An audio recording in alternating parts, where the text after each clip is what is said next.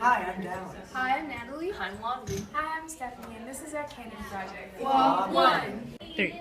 I researched the development of cannons and gunpowder. I researched cannons used in the early civilizations. I researched cannons and civilizations from medieval times through the 1800s.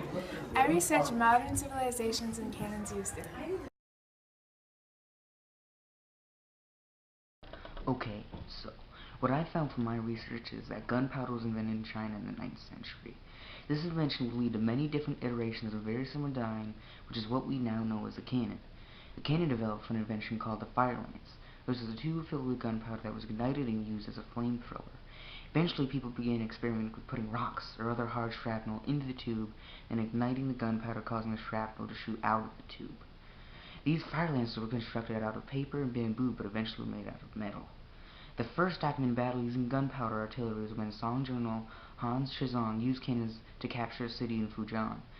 The cannon first began spreading when the Chinese used it against other nations. When the other nations defeated the Chinese at the battles, they captured the cannons and designed their own. Europe designed their own cannon when they began trading with Asia and saw Chinese cannons. They made a cannon which was like an iron bottle with a very small barrel. The cannon would fire an iron bolt at the enemy. As early as the 1300s, explosive rounds were being shot out of cannons. They were basically normal cannonballs, but hollow and filled with gunpowder. They would have a fuse that was lit when the gunpowder was ignited and the bomb would explode near the enemy, sending the sharp shrapnel in many directions. As time progressed, explosive rounds became more complex. Cannons started to become much more accurate and had longer ranges in the early 1900s. The balls became shells, and now had a casing they were inserted into that was full of gunpowder, so gunpowder wouldn't have to be loaded in before the round, which would save a lot of time. Cannons also developed rifling, which was spiraled grooves on the inside of the barrel, which would cause the shell to spin, making it stay in a much straighter path and be much more accurate. Most modern artillery or cannons use this method. Some of most modern artillery is missiles with GPS technology inside them that guides them straight to the desired target. Hey, I'm Natalie, and I'm going to be telling you a little bit about how ancient civilizations use hand cannons.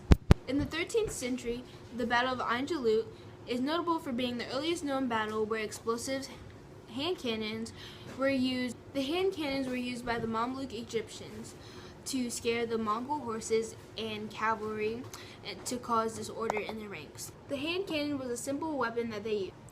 It could be held with two hands while someone else applied ignition, such as hot coals or burning tinder to the touch hole, or propped up against something set off by the gunner. Although surviving examples are completely constructed of metal, evidence suggests that many were attached to some kind of stock, usually wooden, so not all the hand cannons were metal and iron.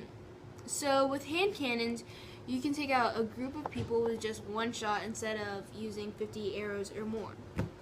Another advantage is that the Egyptians had by using the hand cannons is that they can shoot from longer distances and they're a lot more accurate and they make a bigger impact. But arrows are limited in their range and they're not as accurate. And that's how the Mamluk Egyptian used cannons. Times, war and violence is a big part of Europe.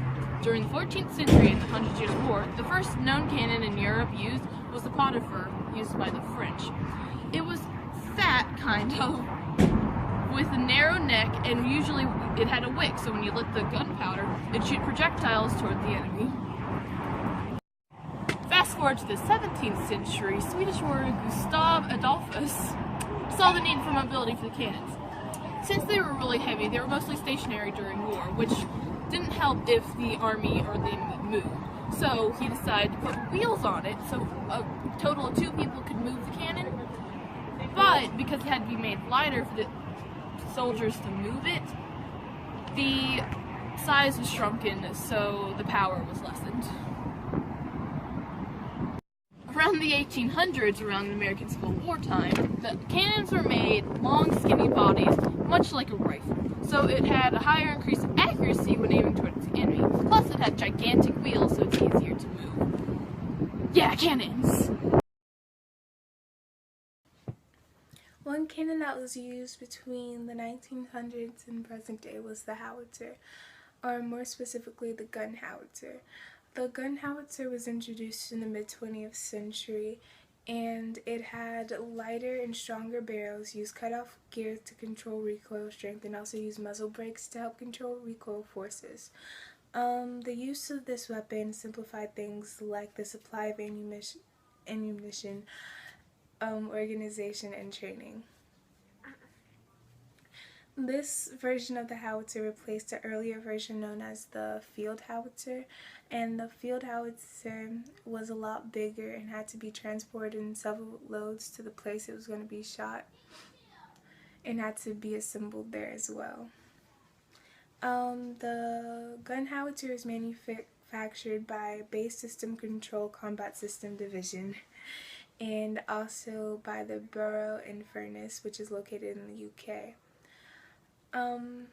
One modern civilization that used the weapon heavily during World War II was Britain, and the British had two versions of the gun. One was self-propelled.